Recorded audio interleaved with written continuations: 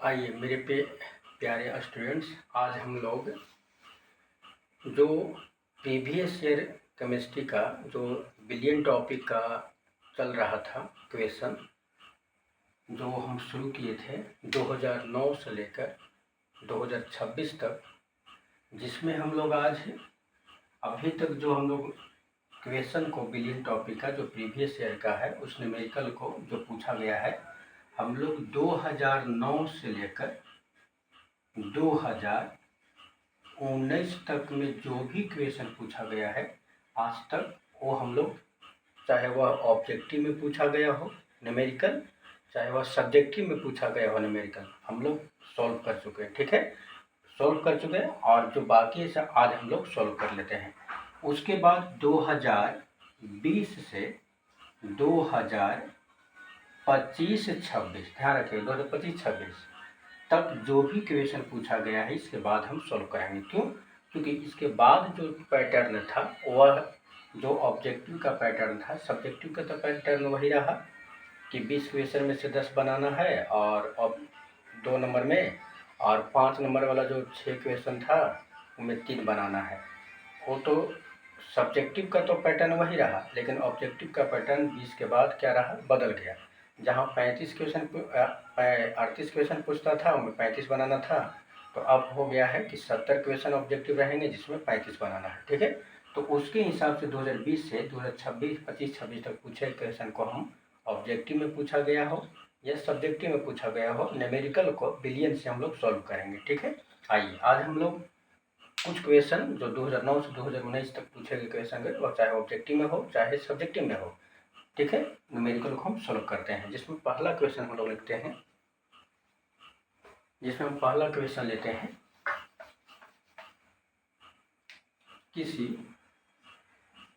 Billion के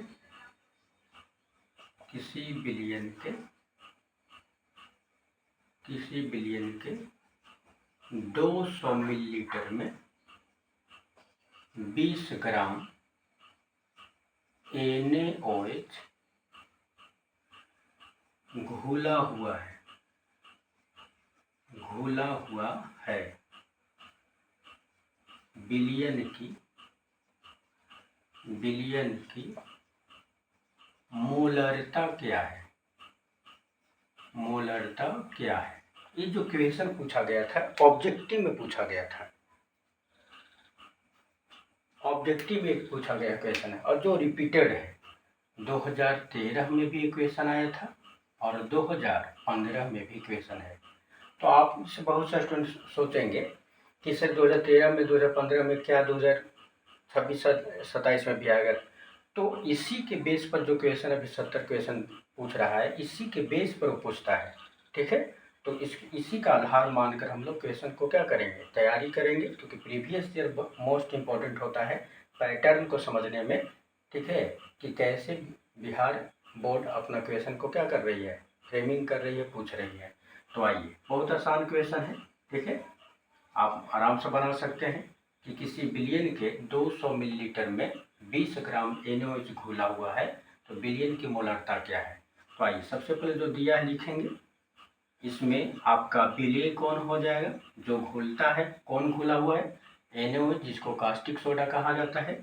तो विलेय का द्रव्यमान आपका दिया हुआ है, ठीक है, और W यानी 20 ग्राम दिया हुआ है, यानी इस विलेय का, विलेय आप ध्यान रखेंगे, विलेय यहाँ पर कौन है, NaOH।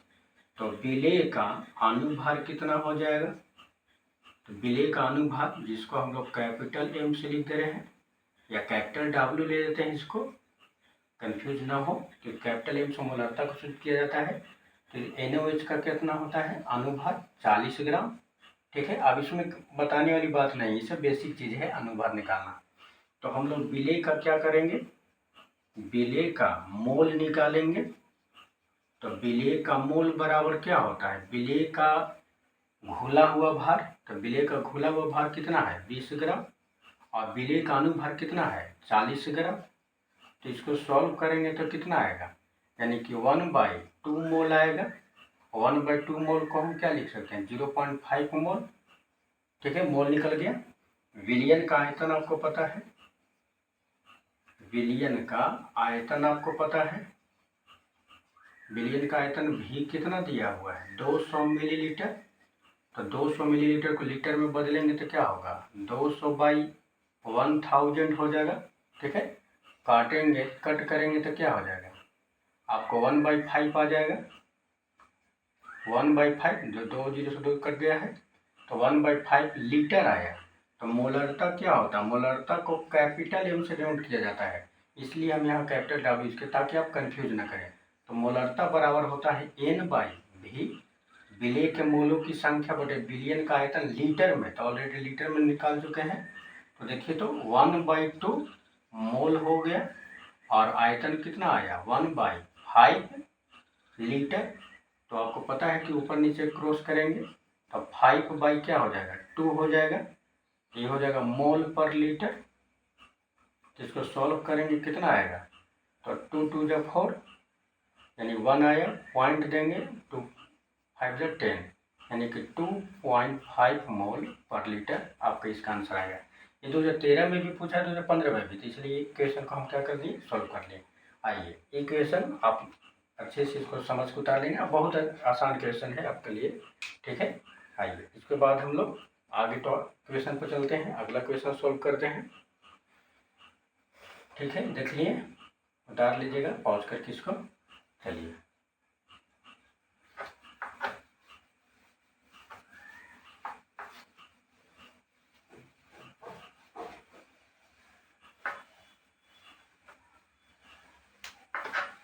चलिए अगला क्वेश्चन है।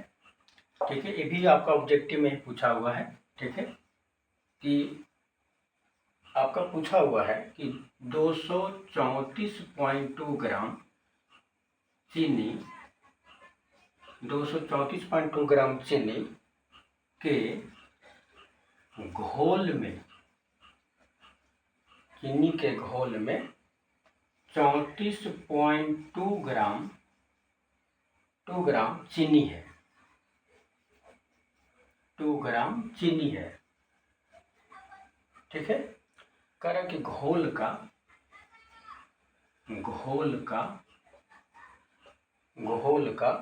मोलर सांद्रण, याद करिए हम बताए हैं मोलर सांद्रण क्या होता है। मोलर सांद्रण क्या होता है, यानी कि मोलर सांद्रण होता है, मोलरता को ही कहा जाता है मोलर सांद्रण। ठीक है, मोलर सांद्रण क्या है या मोलर सांद्रण क्या होगा लिख सकते हैं क्या है। तो मोलरता यहाँ भी निकालने के लिए कह रहा है। ठीक है, यहाँ पर भी आपको क्या दिया हुआ है मोलरता, मोलर सांद्रण पूछ रहा है, चीनी के घोल का मोलर सांद्रण क्या होगा। तो कह रहा है कि 234.2 ग्राम चीनी के घोल में, यहाँ पर ध्यान देने वाली बात है कि यह हम दिया हुआ 234.2 ग्राम चीनी के घोल में 34.2 ग्राम चीनी है। ठीक है, अब कह रहा है कि घोल का मोलर सांद्रण क्या है, यानी मोलरता पूछ रहा है। ठीक है, तो अब हम बात करते हैं मोलर सांद्रण।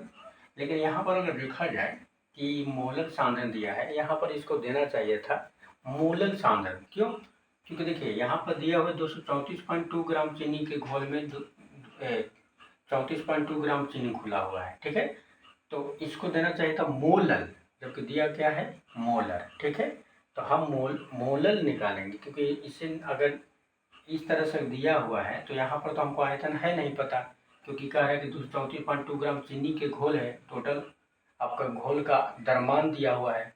तो घोल का द्रव्यमान दिया है, ठीक है, तो घनत्व दिया रहेगा तब ना आपका आयतन पता चलेगा। तो आयतन तो है नहीं, कि यहाँ पर मिसप्रिंट कहिए जो भी कहिए, लेकिन मोलर ना होकर क्या होना चाहिए मोलर होना चाहिए। तो आइए, तो यानी कि हम यहाँ पर सुधार दे रहे हैं, ये मोलर होगा, ये मोलर होगा, यानी कि मोलर सांद्रण क्या होना चाहिए, ये होना चाहिए।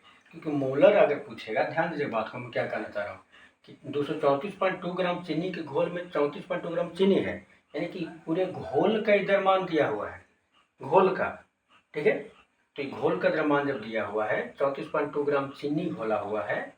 ठीक है, तो हम कैसे निकालेंगे, अगर आप कहेंगे कि सर 234.2 ग्राम में से 34.2 ग्राम घटा दीजिए, तो घटा देंगे तो ध्यान दीजिए घट को तो घटाना है ही, लेकिन अगर ये विलयन का द्रव्यमान दिया है, विलेय का द्रव्यमान है, तो किसका द्रव्यमान आएगा विलायक का द्रव्यमान।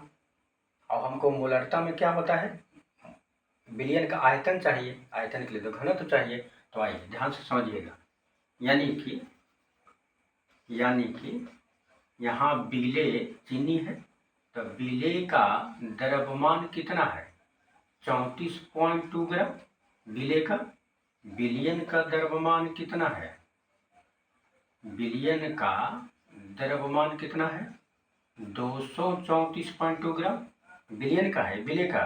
तो आप पता होगा कि बिलियन का जो द्रव्यमान होता है, बिलियन का जो द्रव्यमान होता है वह बिले का द्रव्यमान प्लस विलायक, बिले का द्रव्यमान प्लस विलायक का द्रव्यमान होता है, जानते होंगे बिले का द्रव्यमान प्लस विलायक। तो यहाँ पर किसका द्रव्यमान है, बिलियन का। 234.2 ग्राम बिलियन का द्रव्यमान है, तो बिले का द्रव्यमान कितना है 34.2 ग्राम, और तो विलायक का द्रव्यमान यहाँ से निकल जाएगा, विलायक का द्रव्यमान यहाँ से निकल जाएगा। तो विलायक का द्रव्यमान निकालेंगे तो कितना आ जाएगा, घटाइए इसको, तो 234.2 माइनस 34.2 अगर घटाएंगे तो विलायक का द्रव्यमान, तो घटाइए 0 हो जाएगा, 4 0, ये भी 0 हो जाएगा, यानी कि कितना आ जाएगा, ये आ जाएगा 200 ग्राम। ये विलायक का द्रव्यमान आया, विलायक इन्हें लेकर हम घटाएं, ध्यान रखिएगा, ये विलायक का द्रव्यमान आया। तो मोलल सांद्रण क्या है, तो मोलल सांद्रण यानी मोललता पूछ रहा है, मोललता को एम से शुरू करते हैं, तो एन बाई भी, ठीक है। और आयतन विलायक का होता है केजी में, किसमें होता है केजी में। तो यहाँ तो 200 ग्राम दिया हुआ है, तो सॉल्व कर लेते हैं। एन है, एन निकालने के लिए आसान है। बिले का द्रव्यमान कितना है 34.2 ग्राम, और आपको पता है कि बिले चीनी है, तो बिले का अनुभार कितना हो जाएगा, बिले का अनुभार बताइए। चीनी का होता है 342 ग्राम, 342 ग्राम चीनी का फार्मूला C12H22O11 से निकाल लीजिएगा, C12H22O11 फार्मूला ध्यान सुन लीजिए, निकाल लीजिएगा, आ जाएगा। तो फार्मूला बैठाएंगे एन बराबर, तो यहीं पर हम एन निकाल दे रहे हैं, एन निकाल दे रहे हैं, तो एन क्या होगा, दिया गया द्रव्यमान कितना है 34.2 ग्राम और बाई 342 ग्राम, यानी इसको कट करेंगे तो 1/10 मोल आएगा, 1/10 मोल, ठीक है। पॉइंट नीचे को तो पूरा कट जाएगा ये, यानी कि 1/10 मोल आ गया। और आपको दिया हुआ कितना आया था 200 ग्राम है, तो केजी में बदलेंगे तो हमको फार्मूला में कहा गया कि अगर ग्राम को अगर डायरेक्ट अगर केजी में बदलना हो तो 1000 से क्या कर देते हैं मल्टीप्लाई करेंगे, तो ये कट जाएगा, ये पूरा क्या हो जाएगा कट जाएगा, 5 बार में कटेगा ये, ठीक है। तो अगर 5 बार में कट जाएगा तो ये क्या लिखाएगा 5/10 लिखाएगा, 10 नीचे आ जाएगा, तो यह आ जाएगा आंसर 0.5 मोल पर केजी, मोलल सांद्रता केजी, ये आपका आंसर आ गया। थोड़ा ध्यान रखिएगा, ये अच्छा क्वेश्चन है। और यहाँ पर मिसप्रिंट है, या क्वेश्चन बैंक का कहिए या फिर वहाँ का कहिए, लेकिन ये क्वेश्चन बैंक का ही मिसप्रिंट है, ठीक है। तो ये क्वेश्चन आपका ध्यान से इसको सॉल्व कर लीजिएगा, 0.5 मोल पर केजी, ठीक है। आइए इसको देख लीजिए एक बार, हम लोग एक लास्ट क्वेश्चन सॉल्व करते हैं। ऐसे जो तीसरा क्वेश्चन सॉल्व करने वाले हैं वो क्वेश्चन हम ऑलरेडी आपको सॉल्व करा चुके हैं, लेकिन वो बहुत रिपीटेड क्वेश्चन है, इसलिए एक बार फिर से उसको हम बता देना चाहते हैं, ठीक है। आइए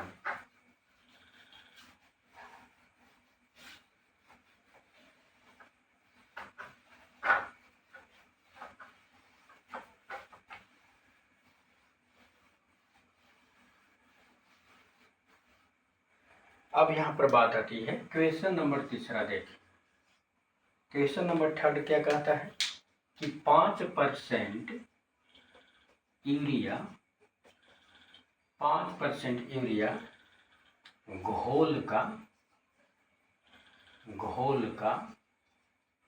प्रासरणी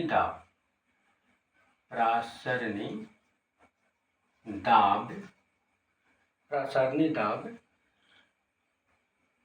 की गणना करें जब ताप 272 केल्विन हो, 272 केल्विन। देखिए इस क्वेश्चन को बहुत बार रिपीट किया है कि ये जानते हैं इक्वेशन को 2010, 2012, 2013, 2010 में भी इक्वेशन है, 2012 में भी है और 2013 में। ये बहुत रिपीट है, या इन फ्यूचर आपको जो 2025-26 में भी आप इक्वेशन को देख लेंगे, यहाँ डाटा केवल चेंज रहता है। ठीक है, इस क्वेश्चन को हम ऑलरेडी पहले भी आपको क्या कर चुके हैं, बता चुके हैं। ठीक है, कैसे हल करेंगे आपको पता होगा बहुत अच्छे से, क्योंकि पिछले वीडियो में भी इसको हम सॉल्व किया है, लेकिन बार बार रिपीटेड इसलिए एक बार और बता दे रहे हैं। तो 5% यूरिया घोल, घोल माने बिलियन का अर्थ है, अर्थ मीनिंग क्या कहता है, तो इसका मतलब है कि देखिए प्रसारणी दाब जब भी परसेंट में अगर बात करें तो वह वेट बाय वॉल्यूम होता है। सिर्फ वेट बाय वॉल्यूम सबसे ज़्यादा यूज होता है प्रसारणी दाब में। बाकी अगर कहीं weight by volume weight by weight volume by volume है तो वहाँ पर वेट बाय वेट वॉल्यूम का हम चर्चा करते हैं। ठीक है, लेकिन प्रसारणी दाब में वेट बाय वॉल्यूम परसेंट का ही चर्चा होता है, ध्यान रखिएगा। ठीक है, हाँ ये जरूरी नहीं है कि पिछले कोई और न्यूमेरिकल में अगर ऐसा दिया हो तो वहाँ पर भाषा पर ध्यान देना होगा, जैसे द्रव्यमान के अनुसार, आयतन के अनुसार इतना परसेंट है, तो वहाँ पर आपको ध्यान देना होगा। ठीक है, लेकिन प्रसारणी दाब में weight by volume percent he use होता है। चलिए, इसका मतलब ये हुआ कि 5 ग्राम यूरिया जो है वह 100 ml बिलियन में है, इसका मीनिंग होगा बिलियन में है। ठीक है, यानी कि इसका मतलब हो गया, थोड़ा सा लॉन्ग जाता है, ध्यान रखिएगा। तो यहाँ पर बिले कौन हो गया, बिले तो यूरिया हो गया, तो बिले का द्रव्यमान कितना हो गया, 5 ग्राम हो गया। बिले का द्रव्यमान 5 ग्राम जो घुला हुआ है, और आपका बिले का अनुभार यानी यूरिया का अनुभार, यानी बिले का अनुभार यानी यूरिया का अनुभार कितना है आपको पता होगा, 60 ग्राम होता है। ये पीछे भी वीडियो में सॉल्व करवाए हैं। और नहीं पता है तो NH2CO यूरिया का फार्मूला आप निकाल के देख सकते हैं। तो यहाँ से बिले का क्या निकल जाएगा, बिले का मोल निकल जाएगा, यूरिया का मोल, तो 5/60 हो जाएगा, यानी 1/12 मोल आ जाएगा। ठीक है, अब टेम्परेचर दिया हुआ है। ठीक है, और बिलियन का आयतन भी पता है, बिलियन का आयतन, तो बिलियन का आयतन कितना है, भी दिया हुआ है 100 ml, तो इसको लीटर में चेंज कर देंगे तो कितना आ जाएगा, 0.1 आएगा, 0.1 लीटर आ जाएगा। और तापमान दिया हुआ है, तापमान कितना है, T है, 272 केल्विन। ठीक है, तो आइए यहाँ पर फार्मूला में आप पढ़े होंगे। ठीक है, पाई बराबर होता है CRT, पाई बराबर CRT, सी मोलरता है, सांद्रता है। ठीक है, समाहरण भी कहते हैं। तो पाई बराबर C, तो C मोलरता, तो आपको 1/12 आयतन कितना 0.1 इंटू R याद रखिएगा 0.0821 लीटर ATM पर मोल पर केल्विन, और तापमान कितना है 272। तो अगर इसको सॉल्व करेंगे तो 12 नीचे आ जाएगा और 10 ऊपर चल जाएगा, पूरा कर देंगे ऊपर, तो 10 ऊपर चला जाएगा, 12 नीचे आ जाएगा, इंटू 0.0821 इंटू 272। अगर इसको आप सोल्व करिएगा तो सोल्व करने के बाद अगर इसको आंसर देखिएगा, सोल्व करने के बाद तो इसको हम क्या 4 अंक के पॉइंट का 4 अंक तो इसको नीचे ले जाएंगे। ठीक है, इसको गुना भागा करना पड़ेगा, तो इसको हम यहीं पर इसको छोड़ रहे हैं, क्यों, क्योंकि इतना आप गुना भाग कर लेंगे। ठीक है, तो यही आपका क्या निकल जाएगा, प्रसारणी दाब। ठीक है, प्रसारणी दाब, यही आप सॉल्व कर लेंगे, यहाँ से प्रसारणी दाब आपको क्या हो जाएगा, निकल जाएगा। प्रसारणी दाब किस में आएगा, तो यहाँ पर सॉल्व करेंगे तो प्रसारणी दाब आएगा ATM में। ठीक है, क्योंकि लीटर ATM पर मोल पर केल्विन होता है। ठीक है, चलिए, तो अभी तक 2009 से 2019 तक जो भी ऑब्जेक्टिव हो चाहे सब्जेक्टिव में जो न्यूमेरिकल पूछा हुआ है मैं सॉल्व करा दिया। आप जितने भी वीडियो मेरा बना हुआ है प्रीवियस ईयर क्वेश्चन पर सॉल्यूशन का, आप देख सकते हैं। अच्छा लगेगा सब लाइक करिएगा, सब्सक्राइब करिएगा, थोड़ा शेयर भी करिएगा, ठीक है। थैंक्स।